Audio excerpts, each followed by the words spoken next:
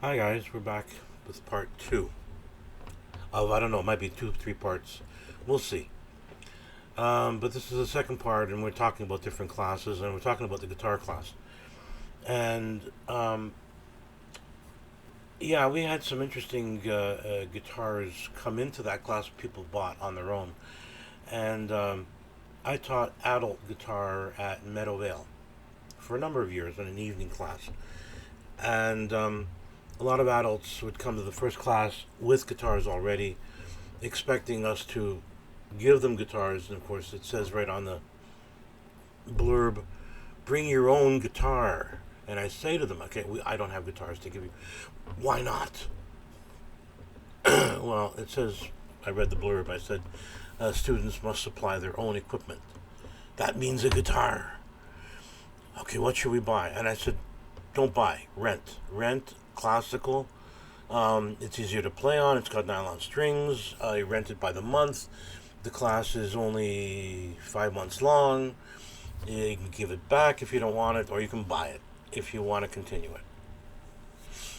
And so we had one lady come in with an absolutely gorgeous Ovation guitar. You know, I don't know if you know what Ovation guitars are. Look them up. They look like a guitar from the front, but the back is curved, a fiberglass body. It's a curved body like a lute, and the front of it is usually inlaid with different colored woods and so on. Beautiful machine. They run around. The Ovations run around $1,000 and more. Um, there's a cheaper line called Applause. Get it? Ovation, Applause. They're the cheaper ones, and they are cheaper. You don't buy them. So this girl walks in, and this is go. It's got to be at least 25 years ago, and she walks in with an Ovation guitar and a case. Oh, she must be pretty good. Well, she was a rank beginner. And I said, if you're just a beginner, why are you playing an Ovation? And she said, well, that's what the salesman told me that I needed. And I went, wait, let me guess. You went to Steve's Music downtown on Queen, right? Yeah. And the salesman said to you, instead of saying, how much have you played? What are you going to use it for? He said, how much do you want to spend? And she said, well, how much is it to get a really good guitar? And he went, well, I have these Ovations over here, and they look beautiful, and she bought one. And I told her, I said, you don't need an Ovation. Oops. I said, you don't need an Ovation guitar. It's meant for professional. It's not an easy guitar to play. It's deeper than a regular guitar. It hasn't got a flat back. So when you hold it, it moves all over the place. You need to use it with a shoulder strap. And I said, yeah. And I said, the guy was probably on commission. He was looking at you going, ka-ching, money. And so she took it back and argued with the manager for an hour. And he finally gave her money back, which was rare for Steve's. And she bought a small classical Yamaha guitar, which is perfect for her. And this is what people would say, ask me, what do I need to buy? Spend $300 or $250 and buy an inexpensive Yamaha classical guitar. Boom. Why classical? Because they have nylon strings, the frets are wider apart. It's a wider fretboard. It's easier for beginner players. It's not so hard on your fingers. Um, but I hate salespeople are salespeople. I understand they work on commission. That money goes to rent and food. I get it. But someone coming in, you don't take advantage of them. You know, someone comes in for a tap for a sink. You don't sell them a bathtub. You know, or maybe you do. Another guy brought in this absolutely beautiful handmade guitar from the Philippines. It had about 40 layers of shellac on it. Well, the lacquer, the lacquer on any instrument is very, very, very thin. Otherwise, it stops the machine from vibrating and creating music or sound. And in fact, I know people who have taken a trumpet or a saxophone or a guitar and stripped down the lacquer to the natural wood to allow the machine to play better, and it does. Anyway, he had this machine that looked beautiful. It looked like you could buy it in one of those stores that features items for homes for decoration. And he was going to play it. It had 6 strings, but that's where the resemblance to a guitar ended. All the frets were different. They weren't lined up. They weren't ratio spaced like a regular guitar would be. The sound hole was different. The bridge was different. And when he played on it, it didn't sound right, no matter how I tuned it, because the frets weren't right. And I said to him, I know you want to use this guitar, but this guitar is basically for looks only. Okay, you set it up in a corner of the room and you go, look at that beautiful piece of artwork. And it was, but it wasn't a guitar. And this happened not just in guitar class, also in band class. I had somebody bring in a Chinese saxophone they picked up at a flea market for about $70. Those of you who play saxophone know that a $70 saxophone is like picking up a car for $150. Something's not right. And so I took a look at the saxophone, and it looked like a saxophone. But if you look carefully, all the pads weren't lined up properly, the rods weren't straight, the pads didn't cover the holes properly. And I said to the student, I said, do you know what this is good for? And they went, playing? And no. You take a really long screw, and you take a screw gun, and you go to a wall, and you screw the screw through the sax into the wall. Then you take some earth and you put it in the sax, and then you plant flowers in it. That's what the sax is good for. But a lot has changed since, and I had a student here, an adult student, who picked up a tenor sax online, one of those the Chinese made, and I have to admit it didn't sound that bad. It at the high end, it sounded kind of like somebody stepping on a Canada goose, which you should do anyway. It's against the law, but they're nasty animals. It sounded terrible up high, but as a saxophone, it worked. And then he went ahead and he bought the soprano, the straight soprano with the curved neck. And he spent about $250 on it. My mind went. Because that thing is a good soprano sax is actually worth more than a baritone sax, and the same quality. It's worth about $3,000. And I played it, and it worked. It actually worked. It didn't work badly. It wasn't as sensitive, and I mean, a pro player would have played it and went, nice toy. But for a beginner, it worked. It really did. Chinese instrument. But the other thing I really got pissed off when somebody would go to a flea market and pick up a guitar. Oh, look at this beautiful guitar. It's so beautiful. Yeah, the neck is bent like this. I mean, you could do Hunger Games with this guitar. Why?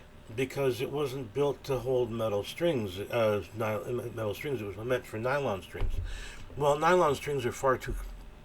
I mean, you're churning out these guitars in the factory somewhere in China. You don't have time for nylon strings, okay? Because you stretch them. You have to feed them through, thread them through. No, it's easier to just put in a metal string and away you go. If you look inside the sound hole upwards towards the neck, guitars will have two different kinds of internal bracing. You have the vertical brace, which is this way, okay, and you look inside. That's meant for a nylon string because there's not a lot of pressure there, pound per square inch. If you see a V like that, it means that underneath, just above the sound hole, on the face, there's a big X in wood bracing. That's meant to give you more support. That's for metal strings. So people putting metal strings on classical guitars essentially meant they were trying to tune them up, and there was so much tension, the neck started to wow like this. And this happened in class. I mean, people would try and tune their own guitars, and you guys would know that my number one rule was, don't tune your own guitars. Let me tune them for you. They were cranking. Doesn't sound right. And one guy had the guitar, you could have fit a book between the strings and the body of the guitar. And then there was, I would play something for the class, and then I would say, okay, here's your lesson. And the book I always use, as I mentioned in the last video, was the Complete Guitar Method by, I forget his name. It's up on the shelf behind me. And it starts off strumming. And I told students, and Alicia Chef would remember this, I said, you cut these 4 nails and you grow these nails. So you have weird looking hands. You cut these 4 because they're on the fretboard and they have to be really, really, really almost non-existent. But these you can grow because they're the picking ones. She did. And she worked out beautifully. She played beautifully, and I remember that. And she said, look what I'm cutting these. I used to say to the class, how many of you still bite your nails? And now a couple of people put up their hands. And I'd say, good, keep it up. And the look of horror on their faces. Well, my mother's been telling me that I shouldn't bite my nails. Just bite those 4. Because when you bite them, the fact that you're using your teeth, organic items, to bite off the nail, which is more organic, means you get a cleaner cut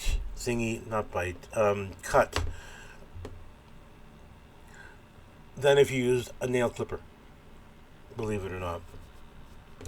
If for those of you who are interested, go online, YouTube, dial up Don Ross, R-O-S-S. Don Ross. He's Canadian. He lives in Prince Edward Island. He's got to be one of the world's greatest acoustic guitarists. And his secret, he uses fake nails here, like the cheap glue-on kind, for this hand. And he plays the guitar as well as playing it almost a percussion instrument. Don Ross. I've met him. He's one of the least known and yet giants of the acoustic guitar field. Based he was based in, I think it was Toronto or Montreal. He's moved out to Prince Edward Island because that's where his wife is from. And I believe he lives in Charlottetown. And he does live performances on air, sells records. The guy's amazing. Don Ross.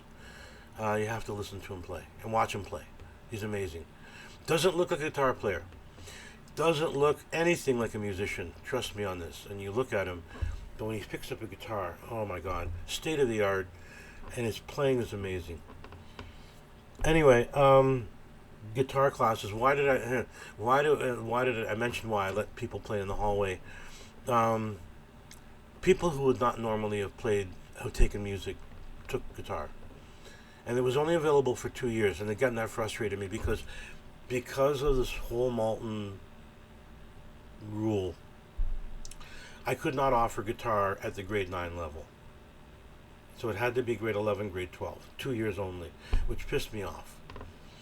The keyboard classes, I could offer it at grade 10. I offered it at grade 9, and then I was told I couldn't. Only band classes in grade 9. And vocal classes. In grade 10, 11, 12, you had your keyboard classes, and the lack of a grade 13 just killed me initially at the beginning of the thing. Keyboard classes.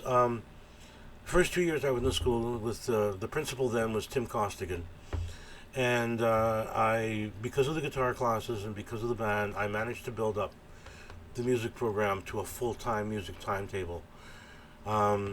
Simply because I wasn't like my predecessor, Waldhauser. So the program grew. And then I said to Tim, I want to have a keyboard class. He says, you only have one piano. How are you going to do that? I said, here's what we're going to do. Other schools have it. You buy or you rent inexpensive keyboards, Roland keyboards. And we bought 12 of them. And we would line them up on tables and plug them all in, and I'd teach a class that way, and people could plug into the keyboard with their headphones. He says, well, offer it and we'll see what numbers you get. Well, it exploded. I had 60 people the very first year it was offered. That was good for 2 classes, which meant uh, it went through the roof. Um, and he said, "Wow, okay, let's buy those keyboards," and we did. And you know what? There were 5 or 6 of them still left when I retired from the place, and that would be about 29 years later. So I don't know if they're still at the school anymore, but they're brown Roland keyboards. There might be 1 or 2 left. They were bought in 1985. Think about that. Think about that. Pre MIDI, pre electronic, pre computers, pre everything. They were analog and analog machines, and they really should be in some Hall of Fame somewhere if they're still working. They were working in 2014 when I was there, so it's now 7 years ago. I have no idea if they're still there anymore. Um, but I mean, people play them, and the keyboard classes were always full, and they like the guitar classes. There was more. Everybody was more or less on an individual path, and I enjoyed that. I really did. I enjoyed the keyboard classes.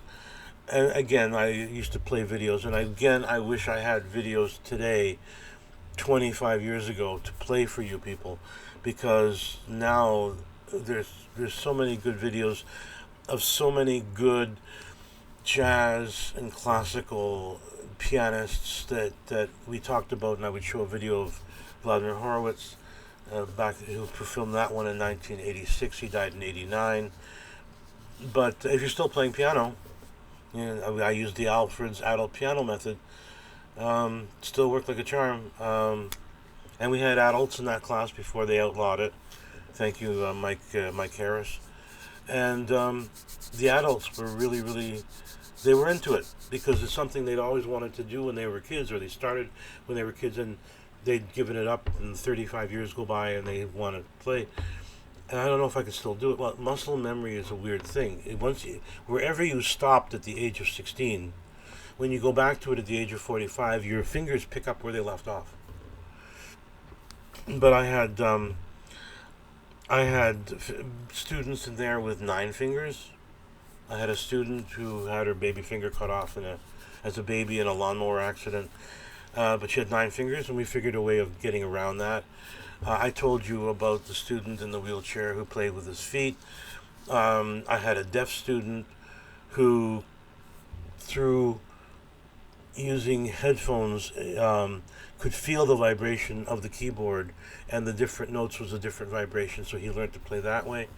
I had blind students, students with Down syndrome. You name it, everybody took that class, and everybody enjoyed it because it was something you did on your own. You didn't have to play with everybody. You could play by yourself, plug in your headphones, and nobody could hear you. And so that was kind of fun, the keyboard class. Those of you who have memories of the keyboard class, leave the comments below. Now, do you remember the rock class? For a couple of years, we offered a class in rock. It wasn't the world's greatest course study. I suggested it to a principal at the time, and they went, "Okay, let's offer it." And the first time we offered it, we had a full class. And the next year, it was another full class. And then I was told, "No, you can't do it anymore because of cutbacks." Hello, Mike Harris. So that was the death of the rock class. But do you remember the rock class? I don't remember very much about it. It wasn't very long. Everybody came in wanting to study AC/DC or Rush or Led Zeppelin. Everybody had a different concept. And the goal in the whole rock class was to outline basic music principles: melody, harmony, rhythm, 12-bar blues, the basis of pretty much all popular music. And so we did that, and that was kind of interesting. I was learning on the go. I was learning on the go because I was, in some cases, towards the end of the year, making it up as I went along because there was nothing written anywhere. I mean, you couldn't offer, nobody was offering a rock class. And it's too bad that it was cut because the third year it would have been offered. There would have been enough for 3 classes because people from other schools were planning on coming to the school just to take the rock class, which is kind of interesting. So that was cool. If you have memories of the rock class, leave them below. For those of you who took it, it was quite a good class. And the last thing I'm going to talk about today is something that very few people know about. When the principal was Norm Gollert he would say, I know as much about music that you could take all that knowledge that I have, stick it in a thimble, and you'd have room left over for a truck. He says, I don't, my girlfriend drags me to the Toronto Symphony. She says, and I sit there. And at the end, I look at her. Do I have to clap? Okay, I'm clapping. I have stories about that, by the way. That's another video. So he was never into the arts. Never. Well, art he didn't mind. But he was never into music. And one day around Christmas, I came into his office to talk about budget for next year. And he's looking at me and he's smiling and he brushes his tie. All of a sudden, I hear music, Christmas music, coming from somewhere. And I stop what I'm saying, and I'm serious. I'm talking about money. And I hear this jingle bells coming from somewhere. And he leans back in his chair, and he's laughing his head off. It was his tie. When he pushed a button on his tie, music would come out. And he knew I was coming in for an interview with him about budget. And he just set himself up for me and just. He liked to do that. He liked to do those kind of jokes. It made him feel good. For those of you who remember Mr. Kraft, Mr. Kraft was a tall guy. In his later years, he wasn't the slim guy that he used to be. He was a little bit pudgy. And so the two of them were at a convention in a hotel. And he was in the lobby, and he hid behind a tree, and Mr. Kraft walked by, and from behind the tree, he yells out, "Hey, Fatso!" And Kraft looks around. Who's calling me Fatso? And it's his principal, Mr. Gollert. But that's what they used to do to each other. So he's let me go ahead with the keyboard, with the keyboard class. And then I said, I want to offer a course in Indian music. And he went, Indian music? And I said, look around you. I said, the school is 40 to 50% from the Indian subcontinent, from the Punjab, Hindi, Bangladesh. You'll have all these people who are accustomed to the music. And I said, we could do this in 4 languages: Hindi, Punjabi, Sinhalese, and Tamil. And we did. And I enlisted people from all over the country. I got Trishi Shankran, my Indian drumming professor from York University, who also taught at Simon Fraser out in BC, to sit in. And I got Khalid Salim, great vocalist, who now lives in Toronto. He's a Pakistani vocalist who sings on a lot of the Bollywood movies. And I got about 6 or 7 other people, and we had a board, and we would sit down and we write out the curriculum from the basic ragas, because don't forget, Indian music is never written down. Just the phonetics are, but not the actual individual notes. So one raga might be different from one generation to the next, because that's how it's taught. I said, for the first time, we're going to write stuff down so that this is and it would be in 4 different languages, and we would be able to offer it. And I'm sure there's tons of people in the school that would be interested in it. And the first time we offered it, we had enough to fill 2 classes. We had 50, 60 people sign up for it. And there was a lot of anticipation. And then I was told, we can't do it. I said, why not? Well, it means we have to find. Can you teach it? I said, no, but that doesn't mean anything, because if I'm the head of tech, that might mean I'm good at woodworking, but doesn't mean I'm good at auto body. I hire a person for that. Well, we would have trouble hiring a music teacher. I said, no, you wouldn't. There's hundreds out there in this community alone with their teaching degrees that would spit out teeth to come and teach this at a high school level. Anyway, I didn't win, and they canceled it. And the document, the course of study in all the languages, and it took a year to do, was that thick. And it sat in a filing cabinet in the principal's office. I don't know if it's still there.